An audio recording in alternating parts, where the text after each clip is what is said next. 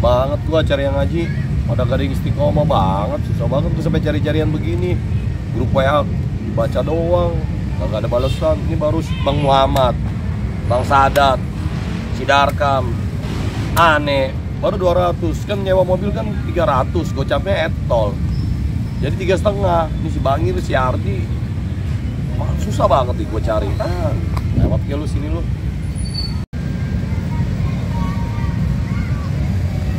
Lewat aja lu Ardi. Bang. Lu gimana sih? Di grup gue baca apa?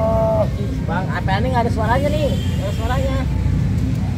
Jadi lu gini aja deh. Lu mau ikut kagak ngaji? Ini patungannya sekarang nih mobilnya. Satu orang kan 50.000 udah komitmen. Ini bang, ini justru mau ngasih tahu nih. Hari ini nggak ada ngaji dulu dah. Malam nggak ngaji dulu. Udah seminggu sekali aja, alasannya nggak ada. Ada acara bang. Lu nggak, jadi nggak patungan nih? Tadi Ani lihat si Bangir di gang. Bangir? Iya, lagi ngitungin duit, serius. Habis beres kerja dia.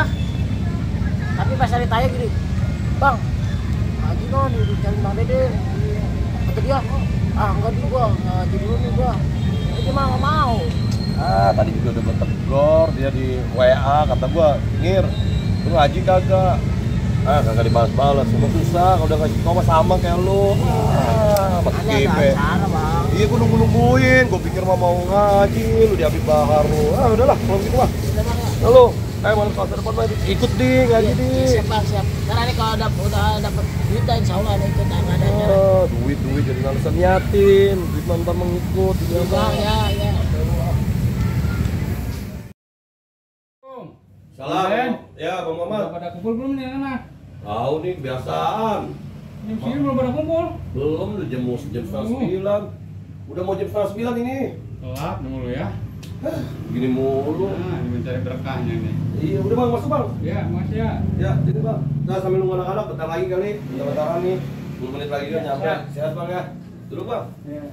Iya. Antar ya, disediakan kopi ya. Iya. Makan sop kami mau, sop kami. Nggak doyan, Bang. Dulu ya. Iya. Berapa Bang? Oh, ya udah. Yang goreng aja, Bang. Iya dah. Udah, bini masaknya sop kambing. Aduh ya. Buat si Ocoy aja kali ya. Di baju oke yang itu ya. Ada. Sadat ya. Belum datang nih Sadat nih. Udah.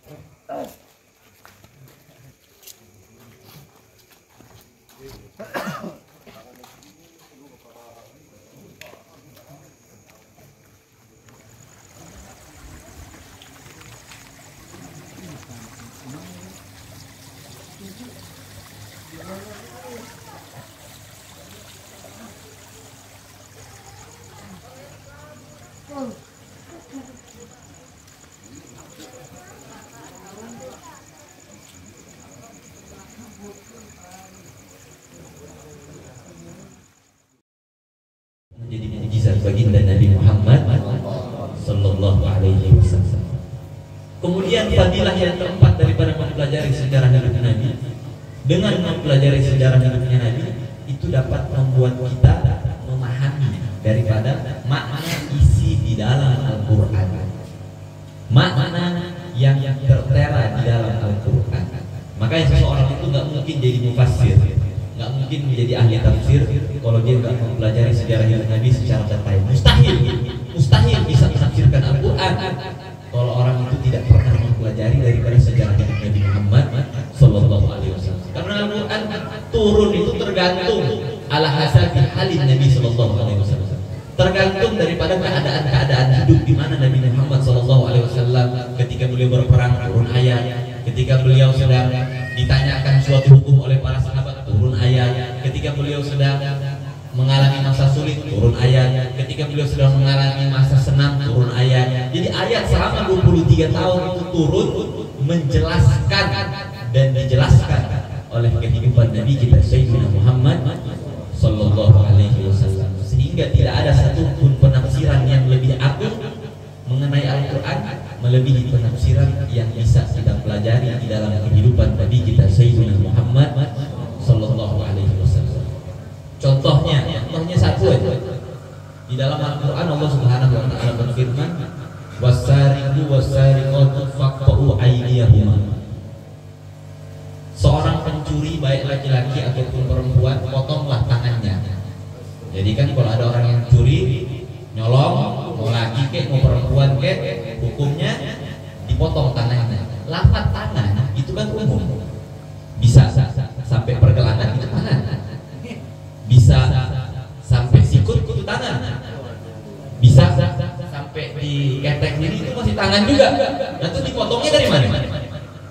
Kita nggak mungkin bisa paham apa maksud tangan di situ sebelum kita mempelajari bagaimana secara hidup Nabi Shallallahu Alaihi Wasallam ketika beliau menghukumi seseorang yang mencuri. Karena tangan itu umum, pergelangan tangan, sampai sikut tangan juga, kemudian sampai kaki itu juga tangan. Terus yang dimaksudkan dipotong tangannya dari mana? Secara zahir seakan-akan dipotong dari sini. Tapi enggak, anna Nabi sallallahu alaihi wasallam qata'a yadas sariq minal miqsam. Ketika kita pelajari sejarah Nabi Muhammad, sesungguhnya Nabi sallallahu alaihi wasallam memotong tangan orang yang mencuri itu dari miqsam, dari pergelangan tangan. Nah, jadi yang dimaksudkan dengan wasariqu wasariqatu faqta'u aydiyahuma, perempuan yang mencuri, laki-laki yang mencuri, potong tangannya, itu yang dimaksudkan potong dari pergelangan tangan. Kita nggak mungkin tahu yang dimaksudkan tangan di situ dari pergelangan tangan kecuali secara kita mempelajari sejarah hidup baginda Nabi Muhammad sallallahu alaihi wasallam. Jadi satu-satunya cara untuk menafsirkan Al-Quran apa? Ya, satu-satunya cara untuk menafsirkan Al-Quran dengan kita mempelajari sejarah hidup Nabi Muhammad sallallahu alaihi wasallam. Jadi insyaallah pada kajian berikutnya Ana nanti akan mulai membahas daripada siratul Nabi sallallahu alaihi wasallam min hin qabla al-mab'as ila an mufiya Nabi sallallahu alaihi wasallam. Dari sebelum diutusnya Nabi, bahkan dari sebelum dilahirkannya Nabi Muhammad sampai meninggalnya Nabi sallallahu alaihi wasallam, tafsilan wa bitadrij, secara detail dan bertahap, satu demi satu kejadian kehidupan Nabi sallallahu alaihi wasallam. Itu nanti ana akan buka di kajian-kajian setelah kajian ini. Kita akan mempelajari daripada sejarah hidup baginda Nabi kita Sayyidina Muhammad sallallahu alaihi wasallam.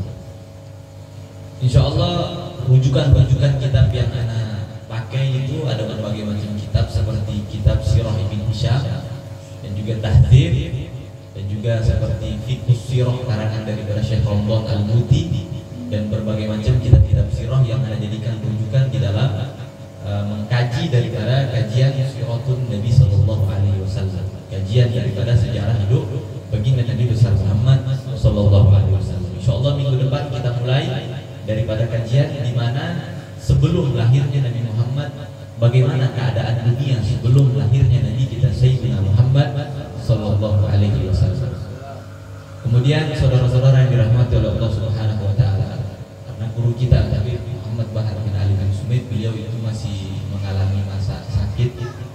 Udah sekitar 2 minggu lebih itu beliau lagi sakit. Kita doain guru kita tuh biar cepat kondisi, biar cepat sembuh, biar cepat membimbing kita lagi, biar cepat menjadi uswah teladan kita di dalam pengajian, menyampaikan hal-hal yang hak dan menjauhi hal-hal yang batil.